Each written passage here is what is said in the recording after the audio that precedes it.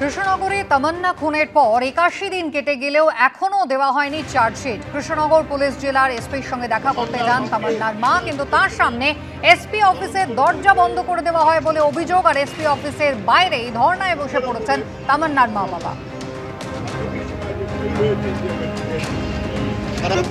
আজকে দুজন মা বাবা যাদের ছেলে মেয়ে হারিয়েছে তাদেরকে রাস্তায় গেট আটকে রাস্তায় বসিয়ে দিল। হারা হয়নি তার জন্য খুব একবারে লোহার গেট দিয়ে একবারে সেটা হচ্ছে যে কমান্ডার মাকে এসপি সাহেব বলেছিলেন তদন্তের ব্যাপারে সবসময় প্রদ্যুৎ সরকার আমাদের প্রতিনিধি রয়েছেন টেলিফোন লাইনে। প্রদ্যুৎ, এখনো কি ধর্নায় বসে রয়েছেন তামান্নার মা বাবা? না, দেখো ৪৫ মিনিট ধর্না চলার পর ডিএসপি কৃষ্ণনগর পুলিশ জেলা শিল্পী পালের অনুরোধে তারা ভেতরে প্রবেশ করে।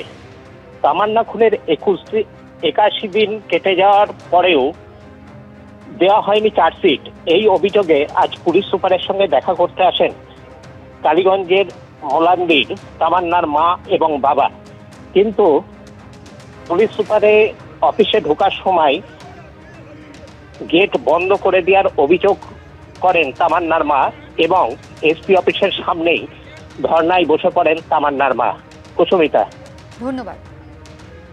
তামান্নার মা কি অভিযোগ করেছিলেন? আমার মেয়ে মারা গেছে, আজকে ৮১ দিন হচ্ছে।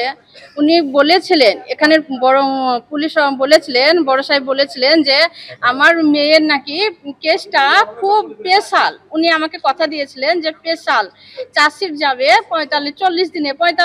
আজকে ৮১ দিন হচ্ছে, আজকে ৮০ পার হয়ে চলে গেছে, আর কয়েকদিন পরে ৩ মাস হয়ে যাবে। এসপি বলেছিলেন যখন খুশি দেখা করতে পারেন, কথা বলতে পারেন, ফোন করতে পারেন। উনি সম্পূর্ণভাবে সবকিছু বলেছিলেন। সেই ভরসায় আমি এসেছি। তো এসে কি করছে, মুখের উপর গেট বন্ধ করে দিয়েছে। এটা নাকি অর্ডার আছে, উপরের অর্ডার আছে। আমি অর্ডার আমি মানি না। এখন আমার চার্জশিট লাগবে, এখনই দিতে হবে। যতক্ষণ না দেবে আমি অনশনে বসেছি, এই রৌদ্র গরমে বসেই থাকবো যতক্ষণ। আজকে ওই ১৪ জন আসামি পুরোপুরি পুলিশের জন্য ধরছে না, পুলিশের নিজে ধরছে না। কেন পুলিশ এখন পর্যন্ত চার্জশিট দিচ্ছে না? পুলিশ আড়াল করছে, ওদেরকে ধরবে না। দিদি বলেছে খেলা হবে। আলিপুর চিড়িয়াখানায় পরপর দুদিনে ২ বাঘিনীর মৃত্যুর কারণ নিয়ে ধোঁয়াশা রয়েছে, তাই গঠন করা হয়েছে তদন্ত কমিটি। আজই আলিপুর পশু হাসপাতালে ২ বাঘিনীর ময়না তদন্ত। ৩ জন পশু চিকিৎসককে নিয়েই ময়না তদন্ত হবে। গোটা প্রক্রিয়ার ভিডিওগ্রাফি করা হবে। মৃত ২ বাঘিনীর মধ্যে একজনের নাম রূপা, অন্যজনের নাম পায়েল। রূপার বয়স হয়েছিল ২১, পায়েলের বয়স হয়েছিল ১৭ বছর। অরণ্য ভবন এবং চিড়িয়াখানা কর্তৃপক্ষের দাবি দুজনেই বার্ধক্যজনিত অসুখে ভুগছিল। মাত্র ২৪ ঘন্টা ব্যবধানের মধ্যে আলিপুর চিড়িয়াখানায় ২ বাঘিনীর মৃত্যু এবং সেটাকে কেন্দ্র করে তৈরি হয়েছে ধোঁয়াশা। এবং যে বিষয়ে ইতিমধ্যে কর্তৃপক্ষের তরফ থেকে বলা হচ্ছে যে এই যে মৃত্যু সেটা কিভাবে হলো সেটা প্রকৃত কারণ জানার জন্য ২ বাঘিনীর দেহ ময়নাতদন্ত করা হবে। তার জন্য ৩ জন পশু চিকিৎসকদের বিশেষ একটি দল গঠন করা হয়েছে। অন্য দিকের তদন্ত কমিটিও সেটাও তৈরি করা হয়েছে। সোমবার দিন এবং মঙ্গলবার দিন পরপর আলিপুর চিড়িয়াখানায় সাদা বাঘ রূপা এবং ডোরা কাটা বাঘ পায়েলের মৃত্যুর ঘটনা ঘটে। পায়েল কানা হচ্ছে ২০০৫ সালে উড়িষ্যা থেকে, অন্যদিকে রূপার জন্ম হয় আলিপুর চিড়িয়াখানাতে। সাদা বাঘ অনির্বাণ এবং কৃষ্ণার সন্তান ছিল রূপা। এবং এক্ষেত্রে দুটো বাঘ সৌম্য ও মঙ্গল মৃত্যুর ঘটনা ঘটায় একেবারে স্বাভাবিকভাবে কিন্তু একটা চাঞ্চল্য ছড়ায়। এবং অন্যদিকে কর্তৃপক্ষের তরফ থেকে বলা হচ্ছে দুটো বাঘিনীরই যথেষ্ট বয়স হয়েছিল। রূপার বয়স হয়েছিল ২১ বছর, পায়েলের বয়স হয়েছিল ১৭ বছর।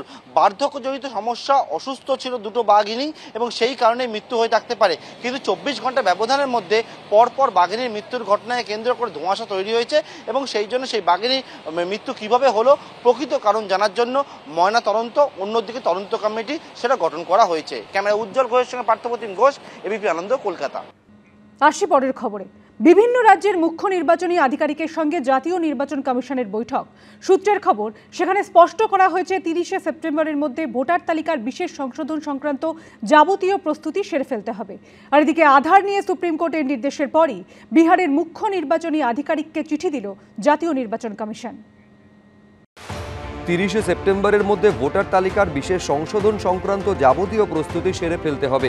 সূত্রের খবর, বুধবার বিভিন্ন রাজ্যের মুখ্য নির্বাচনী আধিকারিকের সঙ্গে বৈঠকে এমনই নির্দেশ দিয়েছে জাতীয় নির্বাচন কমিশন। বুধবার দিল্লিতে সব রাজ্যের মুখ্য নির্বাচনী আধিকারিকদের নিয়ে বৈঠক করেন মুখ্য নির্বাচন কমিশনার জ্ঞানেশ কুমার। বৈঠকে স্পষ্ট করে দেওয়া হয়েছে কোনো যোগ্য ব্যক্তির নাম যেন ভোটার তালিকা থেকে বাদ না যায়, আবার কোনো অযোগ্যের নাম যেন তালিকায় না থাকে। এই প্রেক্ষাপটেই প্রশ্ন উঠছে, তাহলে কবে থেকে পশ্চিমবঙ্গে শুরু হবে এসআইআর? অক্টোবরের শুরুতেই নাকি মাঝামাঝি সময় থেকে?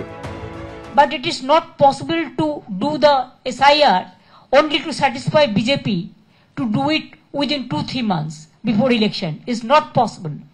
It will take time, at least 2-3 years. নির্বাচন কমিশনের টিমের সাথে আমরা কথা বলে, যেটা ফুল বেঞ্চ বলেন ওনারা, সেই বেঞ্চের সাথে কথা বলে যতটা বুঝেছি পশ্চিমবঙ্গে ইলেকশনের আগে এসআইআর হবে। ওনারা এটা আশ্বস্ত করেছেন। তো এসআইআর তো বিজেপির বিষয় নয়, নির্বাচন কমিশনের বিষয়। আমাদের আস্থা আছে যে এসআইআর করে ঝাড়াই বাছাই করে চোর ভোটারদেরকে তাড়িয়ে ভোট হোক, চোর তৃণমূলের বিদায় হবে। সূত্রের খবর, নির্বাচন কমিশন জানতে চেয়েছিল ভোটার তালিকার বিশেষ সংশোধন নিয়ে রাজ্য সরকারগুলির কোনো মতামত আছে কিনা। সেখানে পশ্চিমবঙ্গের মুখ্য নির্বাচনী আধিকারিক জানিয়েছে, আধার কার্ড, রেশন কার্ড এবং স্বাস্থ্যসাথী কার্ডকে প্রামাণ্য নথি হিসেবে গ্রহণ করার আবেদন জানিয়েছে রাজ্য সরকার। যদিও সূত্রের খবর, নির্বাচন কমিশন চায় ভোটার তালিকার বিশেষ সংশোধনের সময় নাগরিকত্বের প্রামাণ্য কোনো নথিকে গ্রহণ করতে। এসআইআর তো দেশ জুড়ে হলে হবে, আমরা তো এসআইআর পরোয়া করছি না।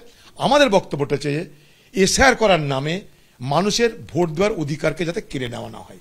পশ্চিমবঙ্গের খোকাবু সে বলছে ইলেকশন কমিশন ঘিরে নিব, করে দেখা না রে ভাই একবার বাহাদুরি। বাংলার মুখ্যমন্ত্রী সব থেকে আগে মাথা নিচু করে এসআইআর মানবে, মিলিয়ে নেবে আমার কথা, এবং ইলেকশন কমিশনকে সব থেকে আগে ম্যানেজ করার চেষ্টা করবে বাংলার মুখ্যমন্ত্রী নিজে। এদিকে আধার নিয়ে সুপ্রিম কোর্টের নির্দেশের পরই বিহারের মুখ্য নির্বাচনী আধিকারিককে চিঠি দিল জাতীয় নির্বাচন কমিশন, যেখানে স্পষ্ট বলা হয়েছে ভোটার তালিকার বিশেষ সংশোধন বা এসআইআর এর সময় আধার কার্ডকে নথি হিসাবে গ্রহণ করতে হবে। সোমবারই সুপ্রিম কোর্ট নির্দেশ দিয়েছিল বিহারে ভোটার তালিকার বিশেষ সংশোধনের ক্ষেত্রে পরিচয়ের নথি হিসাবে আধার কার্ড গ্রহণ করতেই হবে। বিচারপতি সূর্যকান্ত ও বিচারপতি জয়মাল্য বাগচির বেঞ্চ এও বলেছিলেন, জমা দেওয়া আধারের বৈধতা পরীক্ষা করতে পারে নির্বাচন কমিশন। মঙ্গলবার বিহারের মুখ্য নির্বাচনী আধিকারিককে জাতীয় নির্বাচন কমিশনের দেওয়া চিঠিতে স্পষ্ট বলা হয়েছে, আধার কার্ডকে 12তম নথি হিসেবে রাখা হয়েছে অ্যানেক্সচার সি ও ডিতে থাকা 11টি নথির সঙ্গে। সেই সঙ্গে উল্লেখ করা হয়েছে, আধার শুধুমাত্র পরিচয়ের প্রমাণ, নাগরিকত্বের নয়। কর্তৃপক্ষ চাইলে আধার কার্ডের সত্যতা যাচাই করতে পারবে।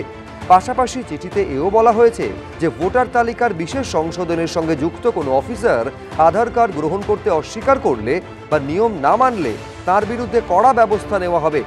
রুমা পাল, বিজেন্দ্র সিংহ, আশাবুল হোসেনের রিপোর্ট, এবিপি আনন্দ।